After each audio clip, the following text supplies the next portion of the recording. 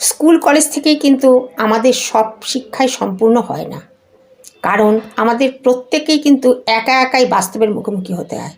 তাই এই বাস্তবের মুখোমুখি হওয়ার জন্যে আমাদের 5টা নিয়ম কিন্তু খুব মেনে চলা দরকার। 1 নম্বর, অবসেসড হওয়া, অর্থাৎ আচ্ছন্ন হয়ে থাকা, বাধ্যতামূলক। আমি আমার স্বপ্ন পূরণ করব, আমি অবসেসড হয়ে আমি বাধ্যতামূলক হয়ে থাকব আমার স্বপ্ন পূরণ করার জন্য, আর সেই দিকে আমি পাগলের মতন পরিশ্রম করব। 2 নম্বর, রাগ আর নেতিবাচক চিন্তা, এগুলোকে কন্ট্রোল করা। একবার যদি কন্ট্রোল করতে পারো তাহলে একটা সুস্থ পরিবেশ তুমি নিজেই তৈরি করতে পারবে। 3 নম্বর, তুমি কি বলছো আর তুমি কি করছো সেটা কিন্তু তোমার জীবনকে প্রভাবিত করবে। 4 নম্বর, তোমার কর্মের কি প্রতিক্রিয়া হচ্ছে সেটার খেয়াল রাখা। আর 5 নম্বর, লোকে কেন তোমায় পছন্দ করছে না নিজের ভেতরে সেটা খুঁজে দেখা।